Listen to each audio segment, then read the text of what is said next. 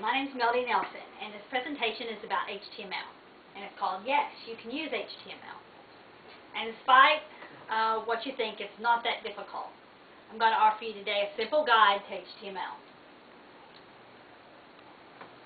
Now you have two documents. The first is a paper document, a paper resume. Any kind of paper resume. If you wrote a letter to a friend and you're particularly proud of that letter, if you, have a diary, you can put that online. If you are a fan of Linkin Park or him or something and you want to do like a devotional page, you can take what you like on paper or a magazine or whatever and upload it to the internet, and you do that through HTML. I'm going to do a paper resume today because that is simplest. You add what is on paper to some simple HTML tags, and those tags interpret the paper document into the language of the internet. That's what HTML is, hypertext markup language. It acts as an interpreter from what we see on paper to the internet. Basically, if you combine the two, the tags and the paper document, this is the website that you would come up with. It is rather plain. You have the option of adding image tags.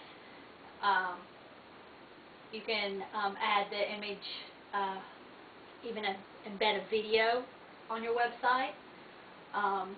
You can have this be your home page and have several different web pages and have a navigation bar somewhere on your website. This is very simple. This is just your beginning website. Now, you've heard me say the word tag several times. And what a tag is a clue to the browser that it needs to do something. In this case, the browser would look at the word center and say, everything from here on until she tells me to stop, I need to center. How the browser knows that it's a tag is it's in between these two symbols, the less than and the greater than symbol. Whenever you put a word in between those two symbols, then the browser knows to look for that action.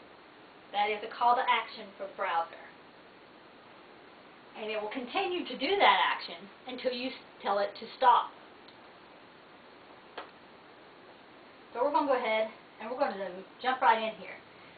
And the very first thing we're going to tell the browser is we're going to tell it what language we're speaking. And we're speaking HTML. There are a couple other languages that the web can speak, but the most basic and the building block of all the web languages is HTML.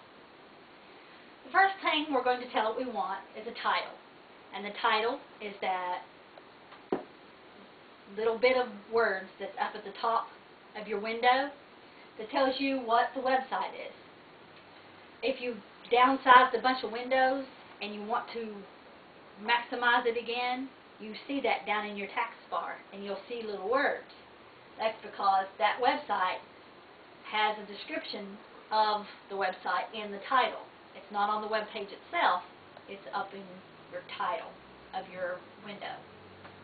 You'll notice that I told it that I wanted to use a title. And when I was done with the title, I told it to stop.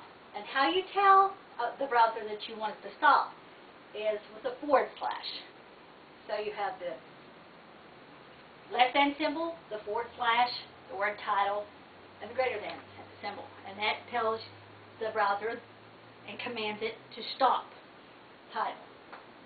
Then we have a header.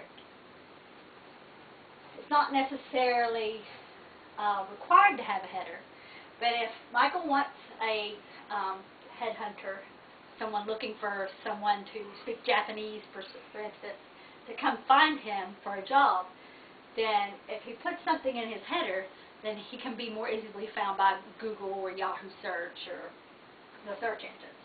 So I chose to have a header. And again, I ended the header. The next section is the most important part, and that's the body. Now, a lot of people will take their paper document if I had saved Michael's resume to Notepad or the text editor, after I get to the part where I say body, I could actually just copy and paste that entire document, his entire paper resume, after the tag that says body, and then go in and add the attribute tags, and tell it how I want this particular site to look. Now, you don't want to do it with anything that already has any formatting built in, like Word or WordPerfect or any of the word processing programs. But if you have Notepad on your Windows, it comes all the way back, Windows 98 had Notepad embedded in, then you have your own HTML editor. Now, I wanted to center all of Michael's contact information. So I started a new paragraph, and I told the browser that I wanted to center it. I typed Michael's name, and then a line break. Now, a line break is an exception to the rule. And I told you above that whenever you started an action, you wanted to end it. Well, there's no need to end a line break. You're just telling the browser that you're going to a new line, so you don't have to end that. So you have a line break for his name, a line break for his address, his city and state and zip code, and then you have his phone number and email contact information. You'll notice that I did not put a line break between his phone number and his email address. That's because Michael has moved, and that has set the two items of information apart. So it's easier for me as the coder to go in later and put his new phone number and his new email address in. I'm done with his contact information, so I've ended my centering and I've entered the paragraph. Just like in a written document, you want to keep your paragraphs separate. So I'm done with contact, so I'm going to start something else, so I'm going to start a new paragraph. So end paragraph, NP again.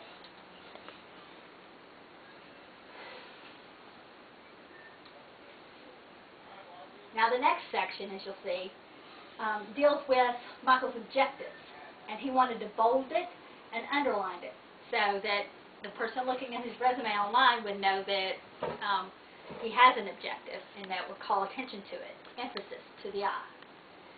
So he wanted his font to be a little bigger than the rest of the page, so I put font size 4. 4 is not the default, so I put it in quotation marks to tell the browser that I'm doing something different. Anytime there's an element that tells you that you have to put it in quotation marks, if you don't put it in quotation marks, it will be ignored and it will be set to the default. When you're done with the emphasis of the word objective, you want to end your bold, end the underline, end the font size, and end the paragraph. The next section, the next element of Michael's resume is simply a statement of his objective. And basically it's just in its own paragraph. So I started a paragraph, I typed out his objective, and I ended the paragraph. Now the next section is just like objective. So if you wanted to, you can copy and paste, if you're comfortable with doing that, all the formatting from objective and just change the word experience. That's what a lot of people do. It's exactly like it. It's either identical. Now there is one difference. You'll notice in this one, I ended underline, and then I ended bold, and then I ended font. There's no real rhyme or reason in what order you put it in, but whatever order you choose, you want to stick to that so you know that you're ending everything, so that you'll be able to go in and correct your errors if you notice there's a mistake.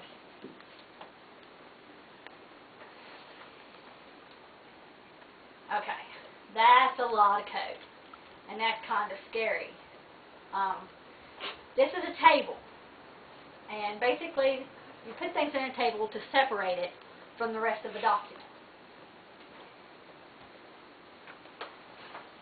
So I'm going to separate it out a little. I'm not going to get real technical here. I'm just going to give you an overview of a table. It's something that takes a lot of practice. I wanted the browser to know that I wanted my table to sit right in the center of the web page, so I divided it out